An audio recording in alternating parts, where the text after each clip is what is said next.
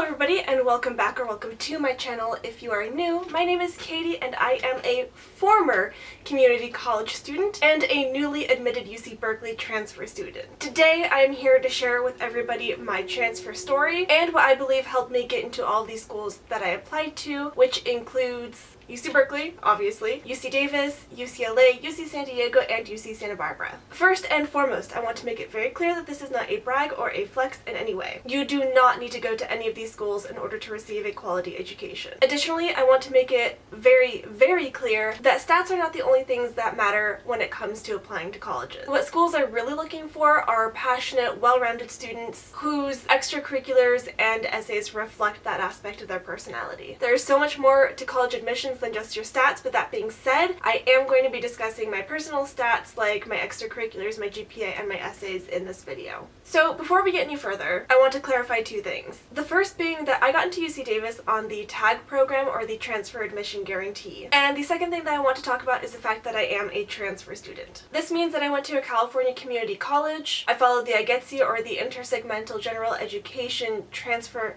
Curriculum, as well as my transfer school's major requirements. So when it comes to stats, that is the first thing that I looked at when it came to being a transfer student, was what requirements do I need to be eligible for transfer in the first place. As a transfer student, you need to know what is required of you for transferring, and things like the IGETC and checking on your major requirements will help you keep on track. As of last week, I'm officially done with my UC IGETC certification, as well as my major requirements. This applies to both my general application and my transfer admission guarantee, or the TAG application, and I'll be going into some further detail about the TAG in a future video, so don't forget to subscribe and stay tuned for more college and vintage related content. Now, let's get into the nitty-gritty details.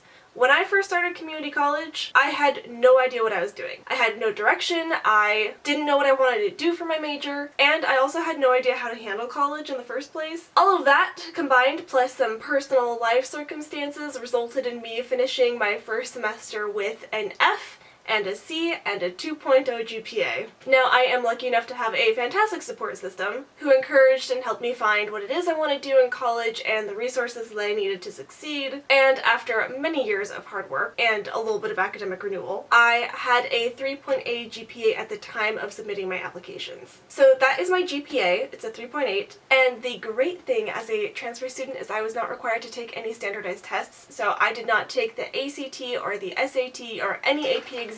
I did have to submit my high school transcript to UC Berkeley when I submitted my SAR, but that was just more proof that I had a high school diploma, because my high school grades really don't matter. What they care more about is my community college grades. So that's really it when it comes to numbers. In summary, I had no test scores and a 3.8 GPA. Next up is my extracurriculars. Before I get into them, I also want to say that I am very privileged to have a fantastic support system. So I've been lucky enough to be able to make the free time and take time off of work without having to worry about money so I could participate in extracurriculars. Not everybody is as lucky, and the great thing about the UCs is that they take that into account. So say you worked full-time and you were a full-time student and you didn't have time for extracurriculars, they really take that into account and understand that not everybody has the same set of circumstances. And with that being said, here are the things that I did that I actually put onto my application. So when it comes to school, I was the president of the anthropology club at my school for 2 years. On my application, I wrote, quote, "As a member of the anthropology club, I provided my time and services as an officer of the club. I held the role of the president of our club, meaning that I am responsible for running meetings, planning events, taking care of administrative tasks, and facilitating communication between our members and the faculty at our school." When it comes to school, the only other thing that I really put down on my application was that I was on the college president's list, or like I had the president's highest honors, which means I held a 3.5 GPA while taking full-time units.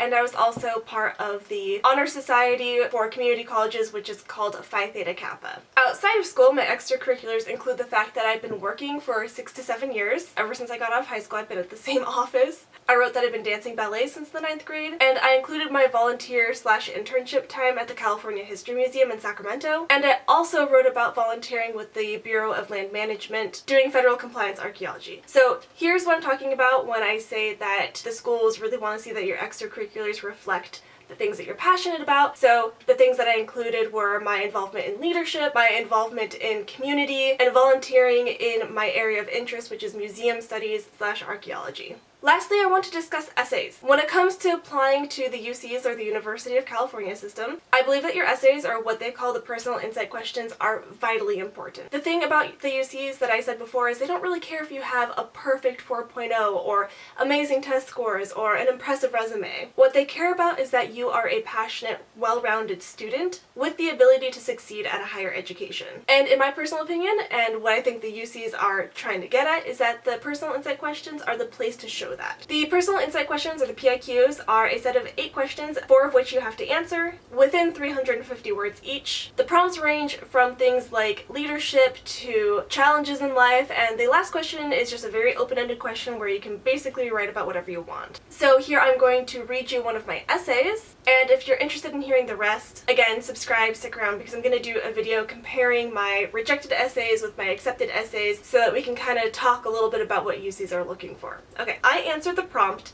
Every person has a creative side, and it can be expressed in many ways. Problem solving, original and innovative thinking, and artistically, to name a few. Describe how you express your creative side. Here is what I wrote. On most days, I look like a 1950s housewife. I sit down at my vanity to curl my hair, swipe on red lipstick, and put together outfits that capture that mid-century feeling. It's not because I view myself as limited to the home, or because I want to perpetuate misogynistic ideals from that decade. There's just something about black and white Hollywood movies, World War II posters, and old advertisements for Coca-Cola that appeals to me. I started wearing vintage clothing purely because I loved the aesthetic of the fashion and the creative challenge of putting together an outfit. It helps me connect to myself more deeply on a daily basis, but it has also evolved into a way for me to express my values and beliefs in a public manner. As I became more involved in the vintage community, I came to understand the meaningful role that it has to play in society. Vintage serves as a perfect antithesis to the plague that we call fast fashion. Fast fashion ranks in the top 5 most polluting industries on our planet. Billions of tons of clothing end up in landfills where they produce warming gases as they decompose, and toxic chemicals used in textile production are dumped into our environment. On top of environmental impact, the rate of production causes companies to mistreat workers in foreign countries, forcing people into dangerous factories and working under unhealthy conditions. It's clear that fast fashion has become a scourge to our world, but vintage clothing provides an alternate,